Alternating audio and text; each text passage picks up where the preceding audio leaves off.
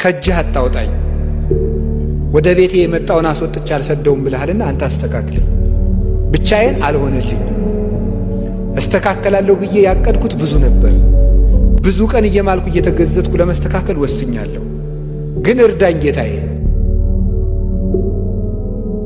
ብቻዬን መሆን ፈለግኩኝ፣ መሸከም ከብዶኝ ስድቤን እያቃስትኩኝ ፈለግኩ እየታመምኩኝ አባቴ አስተውያለው ፍቅርህን ተስለህብኝ ከፊቴ እንዳንተ ያለ እረኛ እንዳንተ ያለ ወዳጅ የትም አላገኝ ስፈልግ ዕድሜ ዘመኔን ብፈጅ